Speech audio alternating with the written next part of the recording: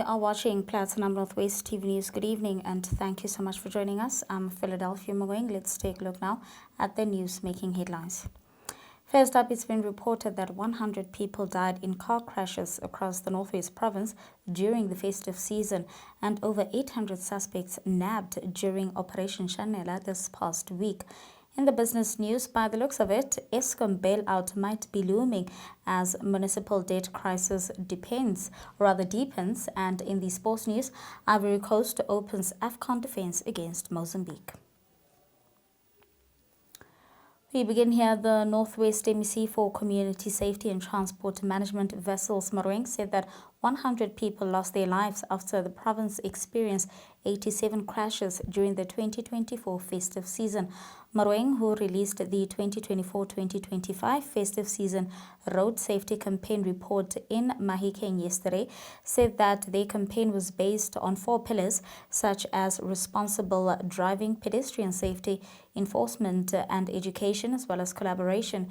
He further said that they included the focus on pedestrians as previous year statistics had indicated a growing number of pedestrians who became victims of these crashes and often at late hours of the day. Mangoeng added that compared to the year before, the 2023-2024 travels, they recorded 98 fatalities from 86 crashes. Here's more from the MEC. For this year, the 2024-2025 festive period, we have a slight increase of 100 fatalities from 98 crashes. Despite this slight increase, the province remains second best performing in terms of the least recorded fatalities. It is also worth mentioning that we did not record any major crash, meaning where 4 or more lives are lost in one single accident. The critical route remained the N4 from our boundary with Gauteng in breadth to Dinokana at the border with Botswana. We have lost 8 lives on this road, followed closely by N12, where 5 lives were lost on one crash that occurred between Potchefstroom and Bloemhof. The other critical road is R24 that links Rustenburg and Krugersdorp in Gauteng, which recorded 4 fatalities, followed by N14, which also recorded 4 fatalities. In terms of the district, Bujana has recorded in total 40 fatalities from 45 crashes. Mnangagwa has recorded 27 fatalities from 20 crashes. Dr. Kenneth Kaunda District has recorded 23 fatalities from 20 crashes. Lastly, Dr. Ruth Mompati, it has recorded 10 fatalities from 10 crashes. Of the 100 fatalities, 38 were passengers, 39 were drivers, another 29 were pedestrian, 3 fell off the moving vehicle and 1 was a cyclist. Time also played a critical role in the number of fatalities.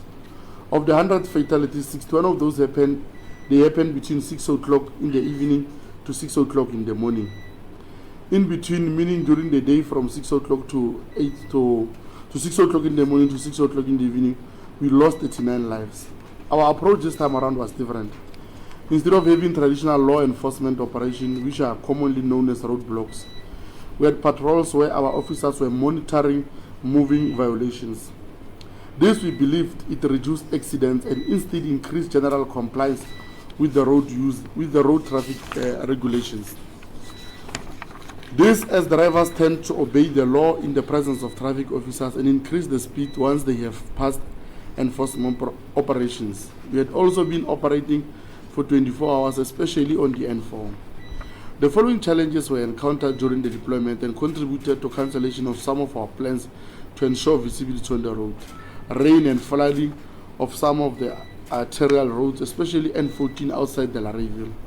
Protests by community also impacted negatively on our plans, as often we had to divert officers to deal with them rather than focusing on national roads. In conclusion, I want to express my profound gratitude to all law enforcement officers for their hard work in reducing the number of crashes. When we enjoyed our festives during the holidays, they were out there enjoying all forms of weather patterns by being visible on the roads. Thank you very much. In other news, police nabbed over 800 suspects during the high-density Operation Shanela. Now, the weekly multidisciplinary operation, which took place last week, was focused on the enhancement of crime reduction and combating within the Northwest Province.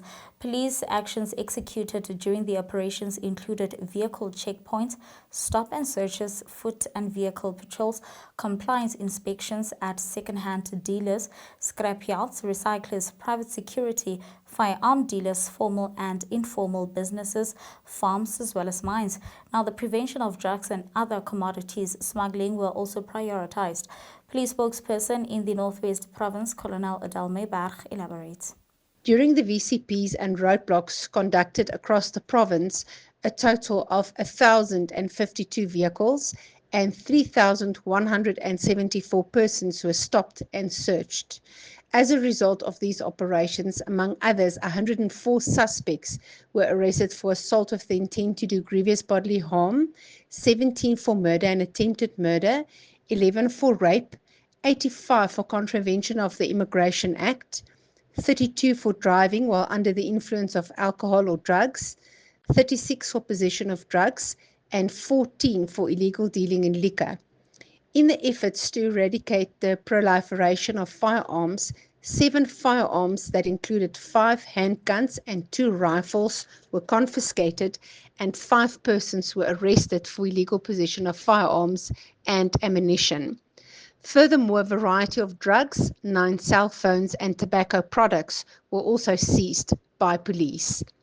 The Acting Provincial Police Commissioner of the Northwest, Major General Patrick Asaneng, expressed his gratitude to all law enforcement agencies for their endeavours in ensuring that crime is prevented throughout the province. In more news, the Public Utility Transport Corporation, that's Putco, has confirmed that 47 of its buses were damaged by fire and 2 employees sustained injuries during incidents that occurred at the multiple depots in Mpumalanga. According to Putco, these events were reported at 4 depots within the province. Preliminary investigations indicated that an unidentified group of assailants attacked security personnel at the Moloto depot, restraining them before igniting the buses as well as discharging firearms within the facility. The company has also been made aware of additional reports involving buses being set ablaze at other depots within that particular region.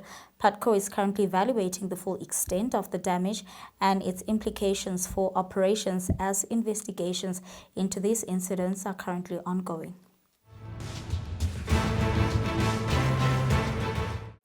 Moving on to continental news now, Southern African Development Community, that's SADC chairperson and Zimbabwean President Emmerson Mnangagwa has expressed concern over the security situation in the Eastern Democratic Republic of Congo. This follows the deaths of 9 South African soldiers in a battle between regional troops and the M23 rebels in Goma on Friday, after the M23 rebels have taken control of Goma, forcing many residents to flee their homes.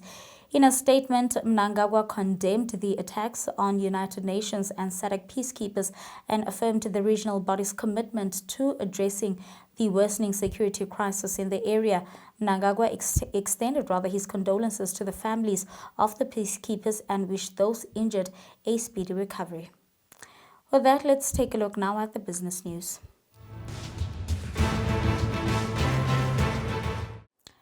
In the business news, Coronation, that's a leading asset manager, has warned that South Africa's fiscal policy remains vulnerable due to the rising municipal debt, which may necessitate another Eskom bailout. According to Nishan Maharaj, head of fixed interest at Coronation, the National Treasury's commitment to not bail out the cash-strapped Transnet may also be difficult to uphold. Maharaj joins a growing consensus among investors that Transnet requires shareholder support in order to overcome its financial challenges. The looming bailout raises concern about the long-term sustainability of South Africa's state-owned enterprises. And that's all from the business news. Up next, we get the very latest in the sports.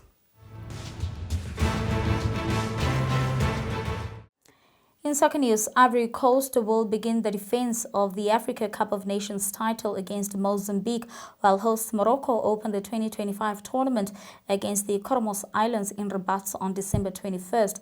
Ivory Coast, who won the last edition on home soil 12 months ago, are in Group F along with five-time winners Cameroon, Gabon, as well as Mozambique, who they will meet in Marrakesh on December 24th.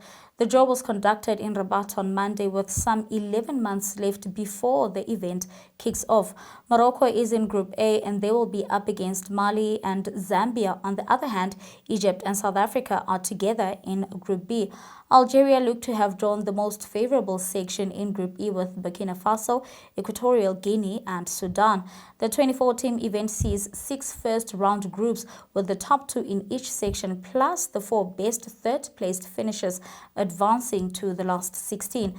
The tournament is being held in 6 Moroccan cities from December 21st, 2025 to January 18th, 2026.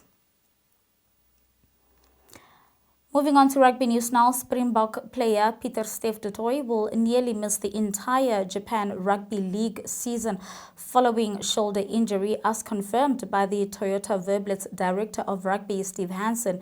Big Pete is currently unavailable due to a shoulder injury sustained during the November series, which required surgery last Friday. Now, there is a possibility that he may be sidelined for the entire season. De Toit commented over the weekend that the surgery was successful, but the timeline for his return remains uncertain. Nevertheless, reports reported that if his rehabilitation progresses well, De Toit could potentially make a comeback by the end of May. And that's where we're going to have to leave it for tonight. Thank you so much for watching. I'll be back again tomorrow evening. Till then, good night and take care.